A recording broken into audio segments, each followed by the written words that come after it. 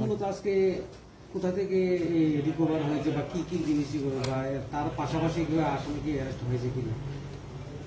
আজকে আমরা একটা গোপন খবরের ভিত্তিতে জাজ্জারিয়া বানিয়াছড়া এলাকায় সঞ্জয় বিশ্বাসের বাড়ি থেকে প্রায় 33 কেজি শুকনো গাঁজা উদ্ধার করি এবং ওনাকে বাড়ি থেকে অ্যারেস্ট করি এবং এই মামলায় একটা এনডিপিএস কেস রেজিস্টার করা হয়। আগে থেকে কি ইনফরমেশন ছিল আপনাদের কাছে? হ্যাঁ, আমাদের কাছে আগে থেকে ইনফরমেশন ছিল ওনার বাড়িতে প্রচুর পরিমাণ গাঁজা মজুত করে রাখা আছে। এই ধরনের অপারেশন কি আগামী দিনে চলবে?